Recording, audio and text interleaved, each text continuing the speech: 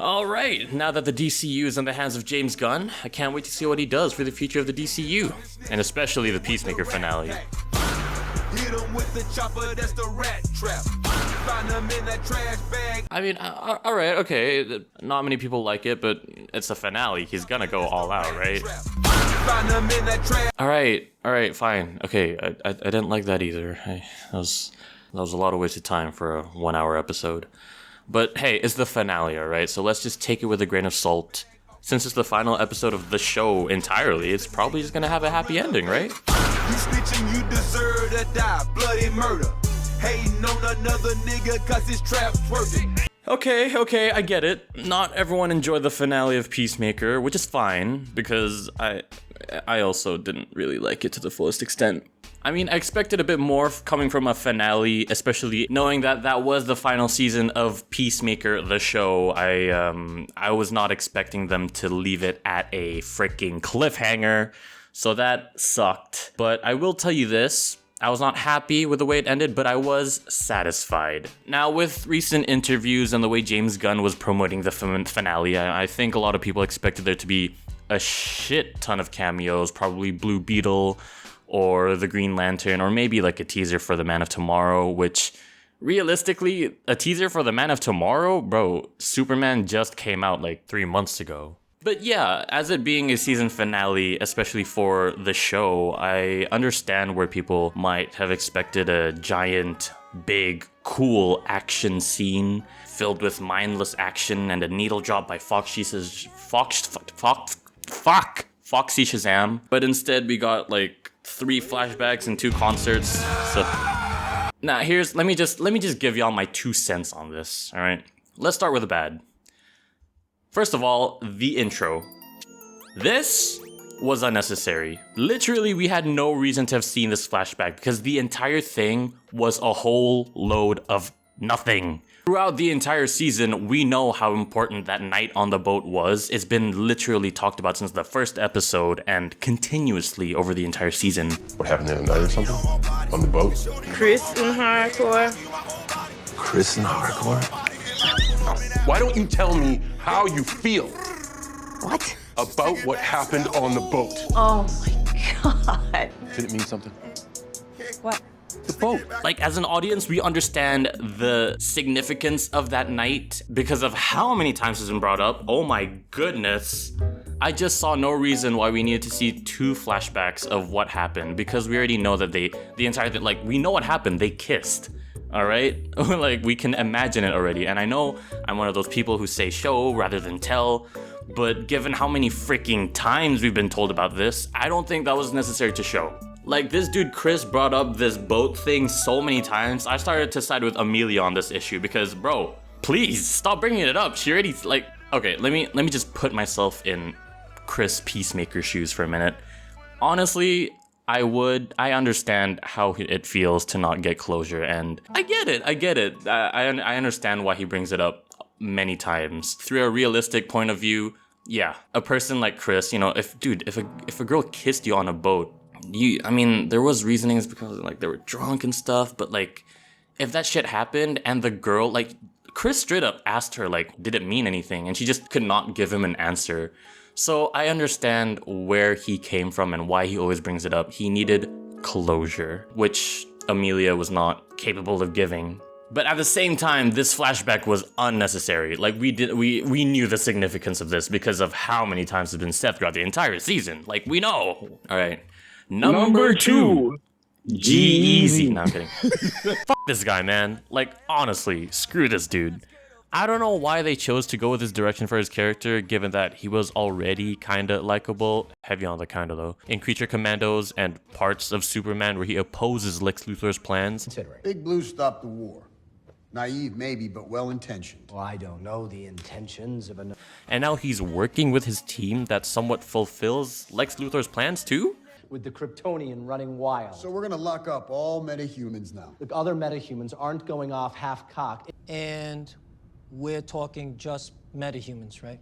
Yeah, most likely. I haven't outlined all the parameters. I'm still dealing with it from a a legal standpoint. Like, this is the same guy who bonded over a whole season with monsters, albeit very easily manipulated by the Pum Pum, and now wants to create a prison for metahumans? Like, okay, there may be some arguments that the creature commandos are separated by monsters and they're not actually metahumans. Even Amanda Waller said, these assholes aren't human. These assholes aren't human. But like, where's the fine line that crosses metahumans and monsters? You tell me this is okay, but she isn't? Come on, bro. I think adding to the fact that this dude is teaming up with people from Lex Luthor's team and essentially fulfilling Lex Luthor's dreams of locking up metahumans, or at least separating them away from humans in a different universe than their own, is just saddening to see. And therefore, it doesn't feel right anymore. Like, I feel like he's lost his way. And of course, in terms of story progression, the way Peacemaker was written, obviously we're supposed to empathize with Chris and make him a likable character. Obviously. I mean, it's his show. But he killed Rick Flag Sr.'s son. Yet, why can we still empathize with him in this show? Why? Well, it was explained by Adebayo at the end. Don't tell me you thought in your heart that was the right thing to do. But besides that, we had a whole season showing his regret and character development from being a merciless person following orders to a guy with morals now.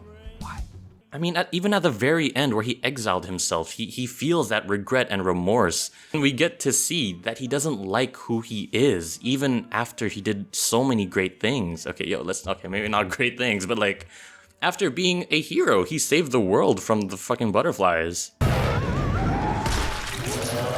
We literally saw him change to be a better person. I mean, the scene where he couldn't even kill the family that was infected by the butterfly. Well, that was, how do you even say, possessed? Should've put a thumb on the gun, fuck! And he needed Adrian to do it for him. Hey, dude, move over for a sec. Like, he changed. We saw him change. That's why we empathize with him a lot more than Rick Flag, even though Chris killed his son. Which is a crazy thing to say, but I don't know, it worked. And now the way we see Rick Flag Sr. using his position to do the things that he wants to do under closed doors, and with the help of Lex Luthor's goons, not goon. You degenerates. Goons. It just doesn't feel right anymore. I mean, we all even saw it coming when Chris got arrested and Rick told Flurry to close the door and whatever, and Close that shade. Turn off the recording equipment. he beat the shit out of him. It did warm my heart, though, to see Flurry have some heart and say what he said to Economos, which I will get into later. Number 3. I feel like the doors to the alternate dimensions were a bit too goofy. I know! It's literally what I said I wanted from the last video, but, like, damn, bro, seriously? A candy world with little monsters? A freaking black hole? Are you serious right now? Bro, I just feel like it was wasted potential. I genuinely thought that these worlds were more closer towards parallel universes and parallel Earths, not just random ones. So, honestly, I just thought that was a bit of a wasted potential. I don't like that this alien technology is now in the hands of Argus. It sucks, but I guess that's where James Gunn wants to take his story. Honestly, on the day the episode got released, I woke up to a notification with one of you guys saying, quote unquote, I don't think you'll have the same opinion on James Gunn after this latest episode. So I was a bit scared coming into watching this finale, and when I saw that it was a flashback, after reading that comment, I legit thought the rest of the episode was going to be a flashback of that one scene and just extended for a whole hour. Bro, I was so scared. But thankfully it wasn't. So here are the positives of the finale. I was satisfied. I don't know about you guys. Obviously, this is my opinion and how I felt towards the finale, but I was satisfied because in my version, the show ended here. The end.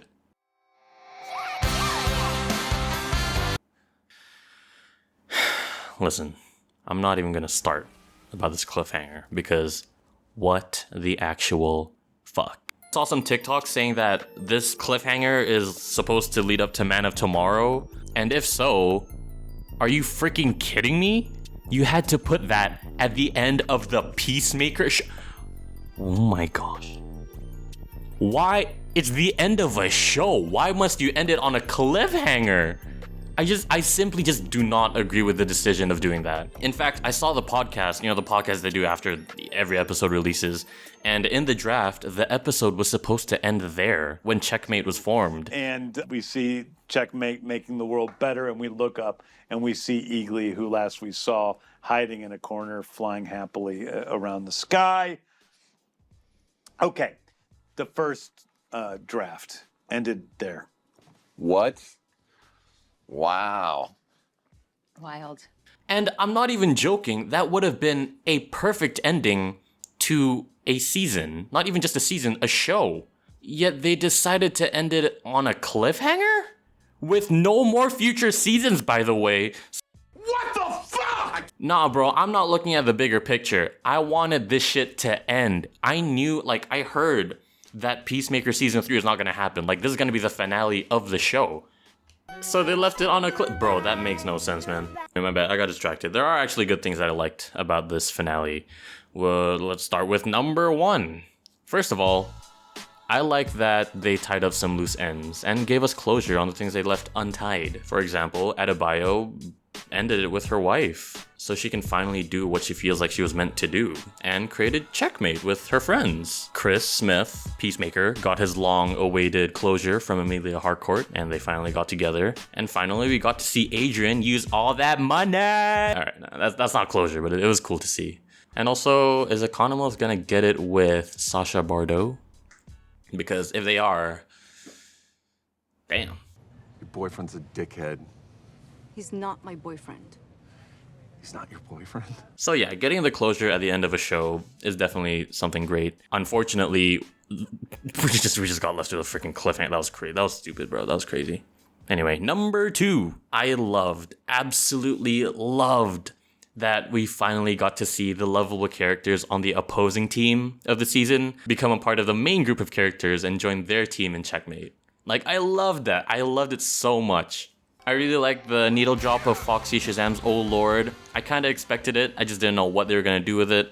I, like many of you guys, hoped it was going to be a final battle scene, but after the way episode 7 ended, I lost all expectations of that already.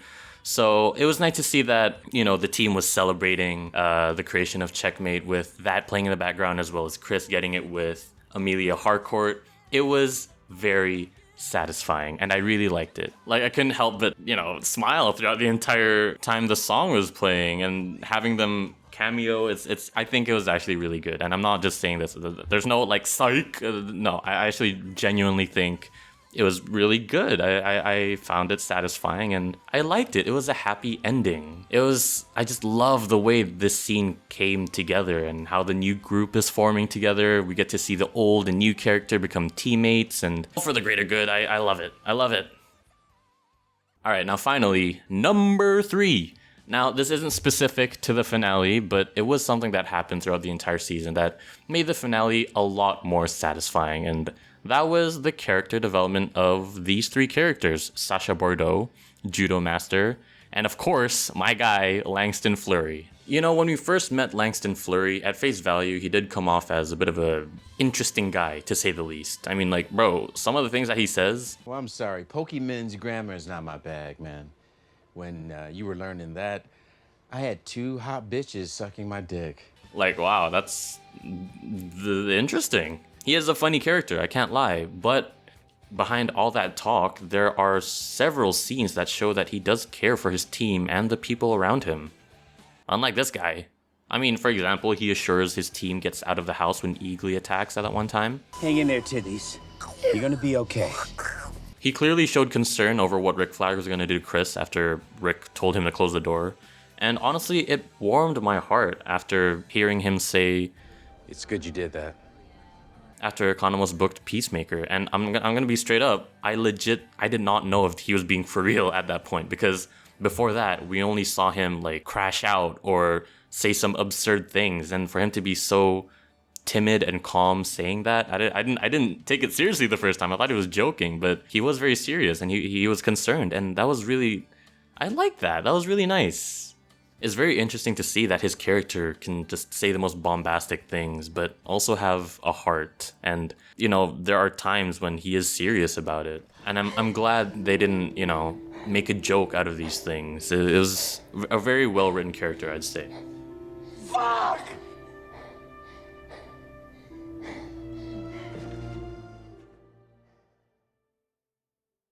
Judo Master, obviously from the previous episode, he already started to become a more likable character after saving Adebayo and bonding with her over being minorities and while playing Scrabble. And they humanized him, you know? Before this, we only saw him as a martial arts ding-dong bitch. Ding-dong, bitches! Kind of guy, but it's nice to see the human part of him. And at the end of episode 7, when Argus confronted the team, it was nice that J didn't snitch on the whole team. Your take on it, Rip? Yeah. Finally, Sasha Bordeaux. Of course, this was one of the last characters we got to see have a bit of a character change, but again, it was nice to see that even she saw how messed up the nature of Rick Flagg's mission was. With so many of her men dying senselessly, it was nice to see that such a robotic person, well, you know, because she is a cyborg, have such a heart and start to question things when she doesn't agree with what her seniors are doing. And I like that. I really like that. Dude, I sound like Phase of Daft, bro. But yeah, I love it so much. Anyway, overall, the show started humanizing these characters, which made them more likable, and started dehumanizing this guy, which in turn obviously made us hate him. I mean, look at the way he just doesn't care that people are dying for the sake of his mission.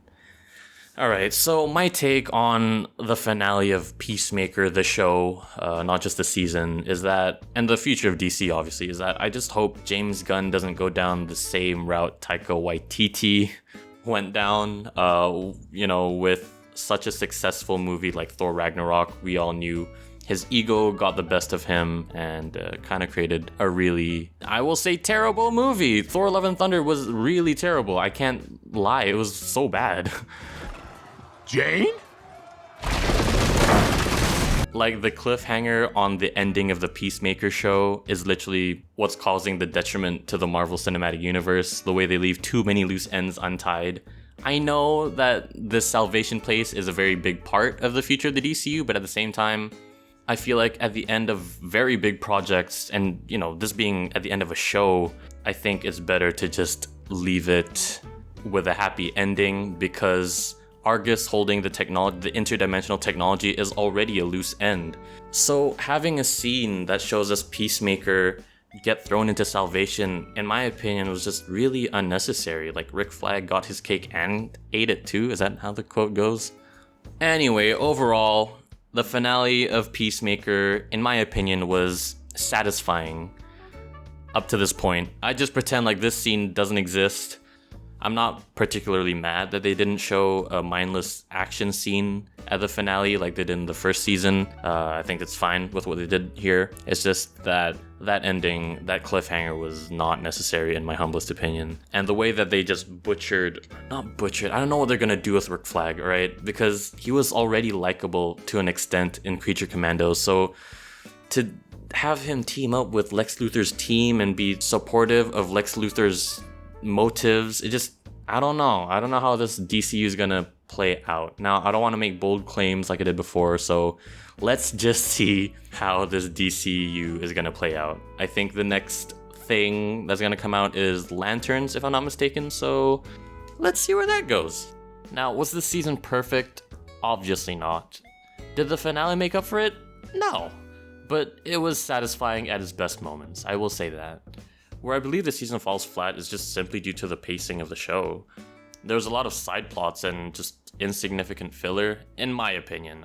Maybe someone else can dissect the importance of it, but I couldn't for now. Now, to end this video, I just want to say what a performance Danielle Brooks gave us for this finale. She was the GOAT for giving Chris that talk and really letting him know that he's not an evil person, and everything that he's doing was done from, orders by Amanda Waller and by Argus and so on. So it's nice to see that. It's sad to see the Peacemaker show end this way, but like I always do, let's not dwell on the ending of Peacemaker, but instead remember all the fun times that this show has given us.